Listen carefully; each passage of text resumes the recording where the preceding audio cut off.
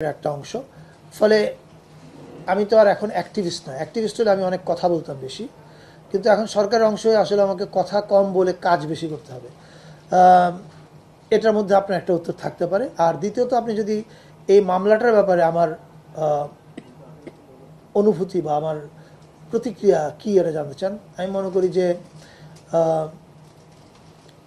ইরেশ জাকেরকে আমি পার্সোনালি চিনি। আমি জানি জুলাইয়ের আন্দোলনে উনি জড়িত ছিলেন। ফলে এটা ডিপলি ট্রাবলিং অ্যান্ড ডিপলি ডিস্টার্বিং। কিন্তু আবার বলছি, এটা মামলা করেছে একজন লোক, এটা রাষ্ট্রের পক্ষের মামলা না, সরকারের দেয়া মামলাও না। যে কোনো, এখন আপনি দেখেন, মামলা করার, এখন আমরা স্বাধীনতা পেয়েছি, মামলা করার স্বাধীনতা আছে, সবাই সেই স্বাধীনতার কেউ কেউ অপব্যবহার করছে। আমি বিশ্বাস করি পুলিশ এটা সঠিক তদন্ত করবে এবং তদন্ত করে যেটা সত্য সেটার পক্ষে থাকবে এবং যেটা মিথ্যা সেটাকে বাতিল করে দেবে। এর বেশি আমি